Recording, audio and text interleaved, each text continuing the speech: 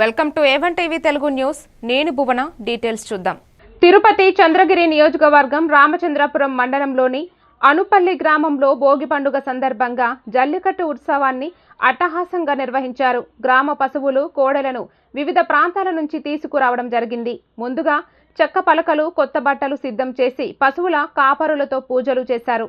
వీధుల్లో డప్పులతో పశువులను భయపెట్టారు. కొందరికి చిన్న గాయాలు అయినప్పటికీ